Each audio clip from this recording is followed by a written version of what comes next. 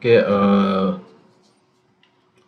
salam and greetings. We shall continue with chapter 1, what we're going to left since last week.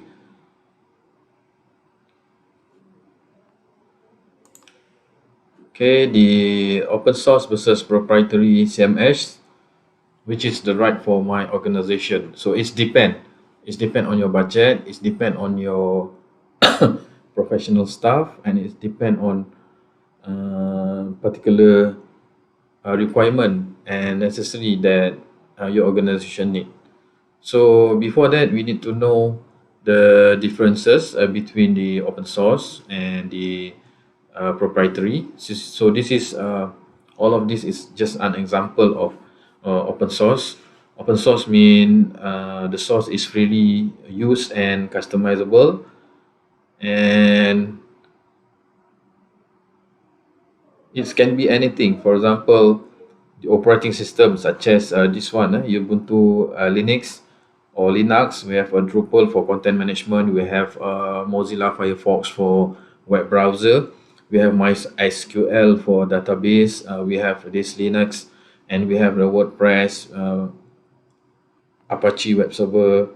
Okay, FreeBSD is also an operating system. So all of these things, as long as it's considered as an open source, it's freely to use. So unlike this is one of the example of the open source. Okay, we have an e-learning management system or LMS. For example, like Moodle, Ifran, A-Tutor, and the what you are doing, what you're using now for author, or is not an open source. It's considered as a proprietary. So I will discuss that later on. So the proprietary CMS, this is just an example, a few example: Microsoft SharePoint, Cantico, Sitecore, Adobe. All of this thing is paid and need to be paid. It is cost you a bit of financial issue, so you need to pay for the service, and of course you have a reliable services as long as you pay it. So proprietary means paid service, okay, paid characteristic, and develop in-house. For example, our author.uthm, the LMS is for UTHM only. So if you want to use author.uthm, maybe you need to pay to UTHM to use that services. Okay, as a student of UTHM, you are free to use it. Okay, that is the requirement. So this is the differences between open source and proprietary CMS. You can read it on your own, but the bottom line is the open source is free and the proprietary CMS is paid. So that is the basic information that I can share, the difference between open source and proprietary CMS. Okay, the advantage and the disadvantage of open source. Okay, open source is a free. It's available to distribute, and it is available to customize. Okay, and the drawback of this is no guarantee the development will continue. And then the security, because it's an open source, everybody know the source code, and people can do harm or hack the system, do the injection or whatever bad thing to that application. The proprietary software is a predictable releases. So we have this update, we have this notification from the vendors, or we have this patching if there is a problem with the program. So patching means update. Let's say one of the module is not fully work, it's going to be replaced or tuned or put a few lines of programming so that the program or the application is up to date, secured, and something related on that thing. because we pay them to use this software or application. Just same like the operating system that you need to update, or any application that you need to update freely because you buy that software. Okay, but the drawback of this proprietary software, of course, higher startup costs. Okay, if you have a financial issues in your organization, that would be uh, a problem with you. Okay, and the problem with a single company releasing patches, so that means um, your problem is going to be solved by the vendors only, so nobody can help. If it is an open source application or software, okay, people are freely, okay, update that application, update that software, so maybe better than the vendor itself. Okay, right, sorry. It's a vendor owns a software. It's even though you buy that application of software on your own money, but it still belong to the vendors. You don't know the source code, you don't know the backbone or the back end of the application, unlike the open source, where you know it is available to customize, do anything that fit your need or your requirement. That is the advantage and disadvantage. So hopefully you can read this and try to identify these four things, the advantage and disadvantages for both open source and proprietary um, software. So again, which CMS to choose is depend on your requirement, or type of content you wish to manage, size of your organization, size and type of content experience you are managing. Okay, in-house resources development requirement, learning curve, functionality of the tool. This is just a few aspects that you need to consider. Of course, if you think that financial is your big problem, just go for the open source. Okay, and then if you have a multinational organization, for example, international company that have a good budget and try to have that have a tendency to secure the organization digital platform, so opt to um, proprietary software. So that's depend. So if you have been given a cases or case study, so you need to know how to choose based on the evidence that you have related to what being taught in this class. Okay, please don't answer any examination or test question. Use your own logic. Okay, and then no need to answer too general or too broad. So it's not gain any point in your answer. Okay, I would like to remind you on this thing because um, we are doing tests or exam online, so you have various source of resources. Okay, during the exam you may chat with your friend. Okay, you may um, seeking for or googling for the answer. So as long as it's too general and too broad, it's very hard for me to give a mark. Just outline or short advertisement for the final exam or test. Okay, okay. When do you need a CMS? When do you need? Logically, okay. Logically, when you need, because CMS, when we only have a few person that have this IT background or IT knowledge, so all of the content of the website normally being handled by the content writer, which is a good in writing a passage, comprehension, articles, but they don't have this good IT background. No, don't know anything about programming. So just like you write something and then you just publish it. So when that is necessary, you need a CMS.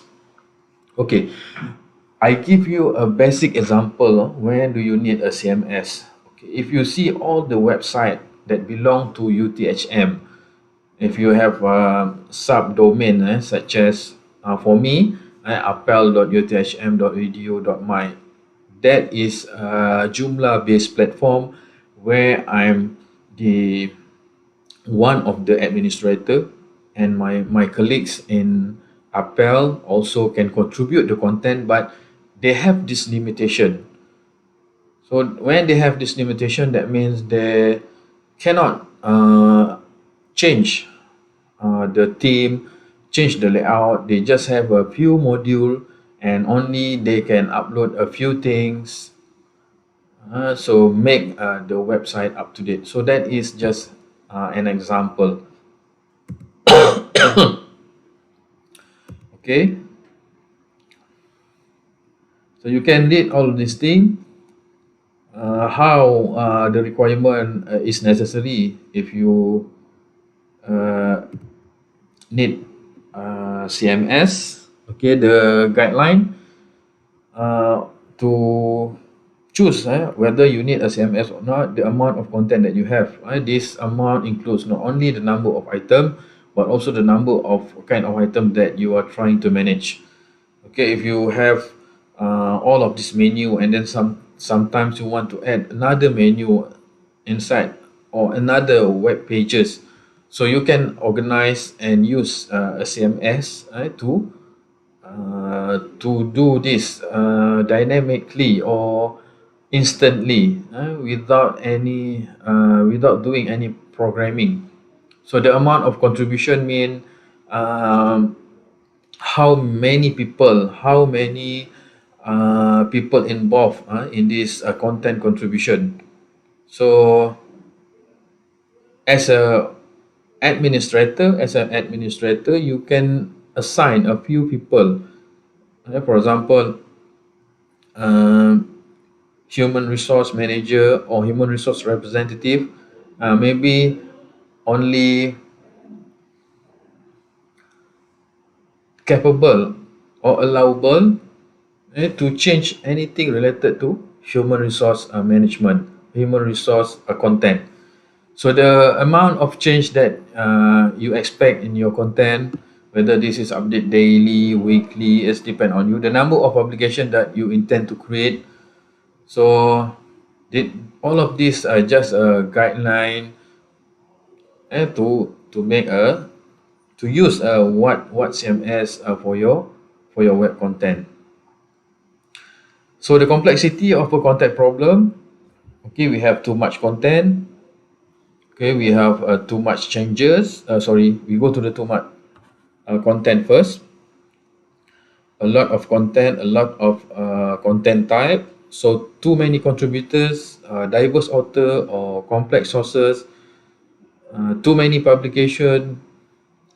So the content channel, the personalization mean what type of pages it's belong to, what type of user, okay, how many changes do you need. So all of these things can be part of the complexity of a content problem. So estimating the complexity index is actually based on all of these things. Okay, let's see the example. So you can look at the formulas later on. I already upload the material in author. Okay, and so this is the formula. So this is the formula. Uh,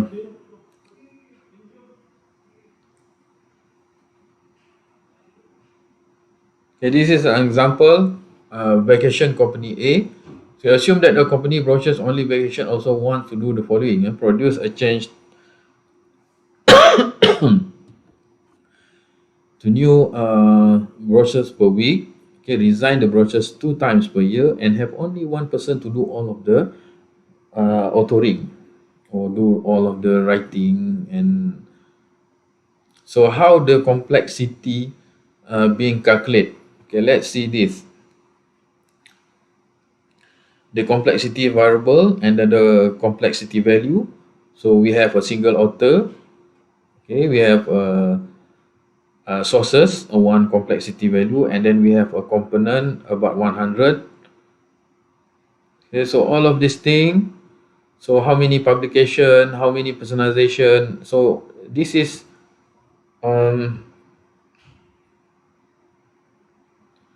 the parameter of the data they provide by the company, and then it is being multiplied by each of them. Okay, we not multiply by the complexity variable, so we multiply by the complexity value. Okay, let's see.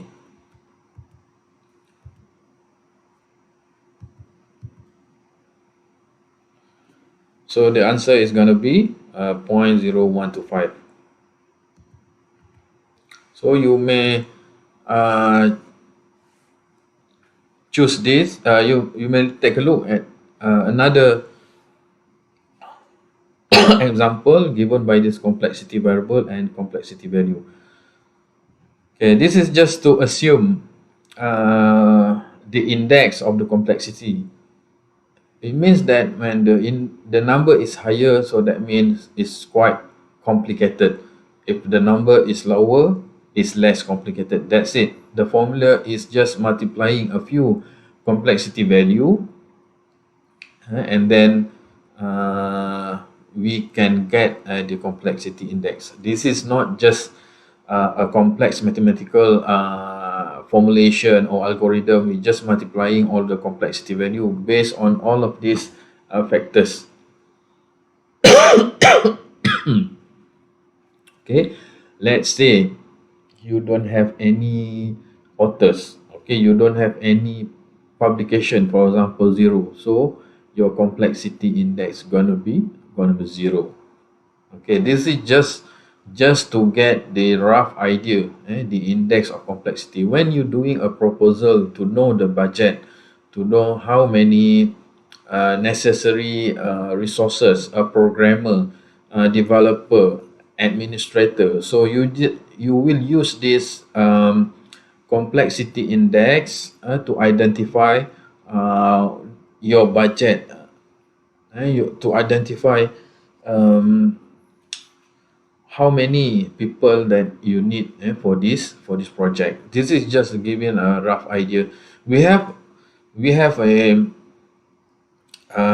complex calculation actually to do this, but this is just the what you call it, some sort of identifying to get the rough idea, the complexity of your CMS. Okay, I guess that's all for chapter 1 part 1. So I just want you to discuss with your friend, with your family, okay, with on your own. Okay, what is the difference between web application and web CMS? Okay, I know some of you already take a course of web application. I believe being taught by me, I guess, and try to find the difference between web application and the web CMS. Okay, before I end this session, okay, I want to give one example. This one. So this is the Apple website. I'm one of the contributor on this. So all of this website is actually using a Joomla based a web CMS. So let's see.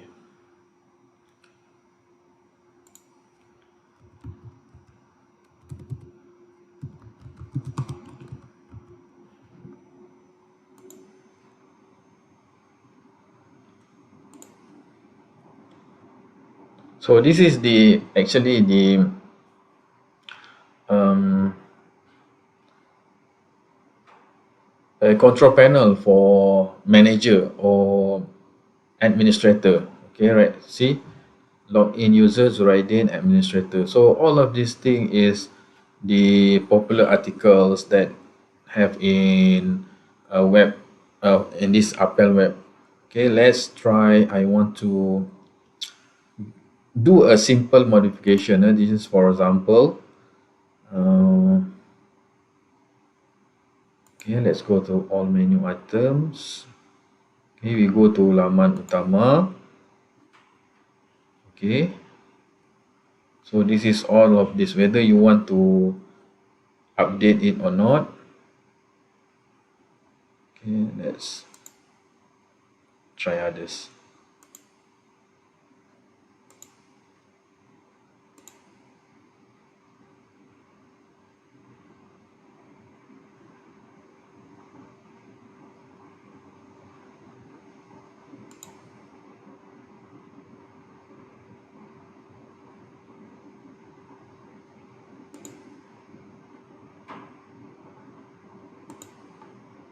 Okay, all right.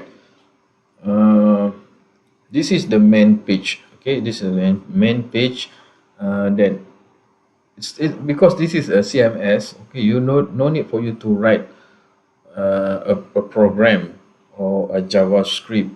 Okay, you just simply use this editor inside the CMS itself to do the customization. I'm using the UTheme builder theme, so I just use this. Okay, it's going to take for a while. Okay, let's say I want to change something. I want to change something. All right. Okay, like this. Okay, I just want to delete this. Right, and then I save. Okay, and then we go to the website itself.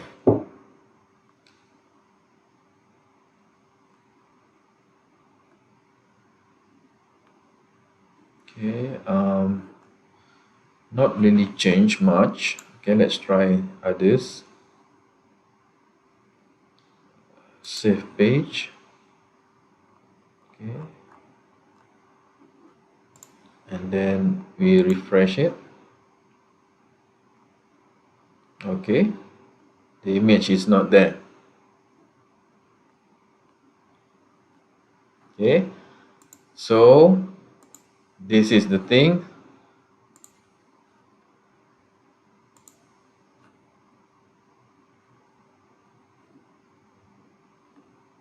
You cancel.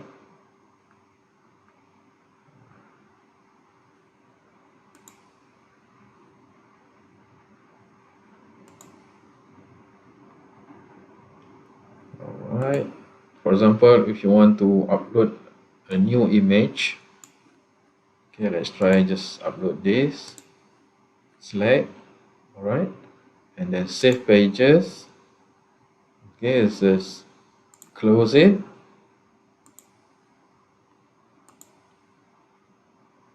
Okay, because this is being done in server, so we're going to have a delay on this thing.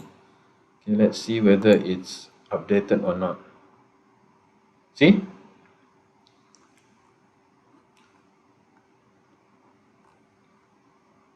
So this is I'm one of the contributor and I'm also one of the administrator. So I can do both at the same time. For example, is there any changes that being highlighted by the your organization? For example, this one I want to change this. Sorry, I want to share this image in the website. So I just simply use this to change the image or map.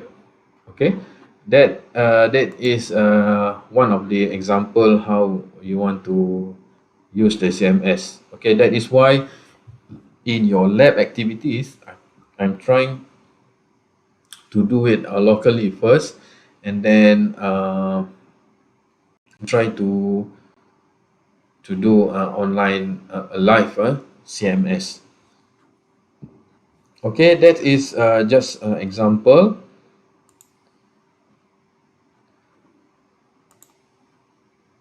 Okay, that's all for today's class. And then uh, part B, okay, I will upload the notes later, and then you can read uh,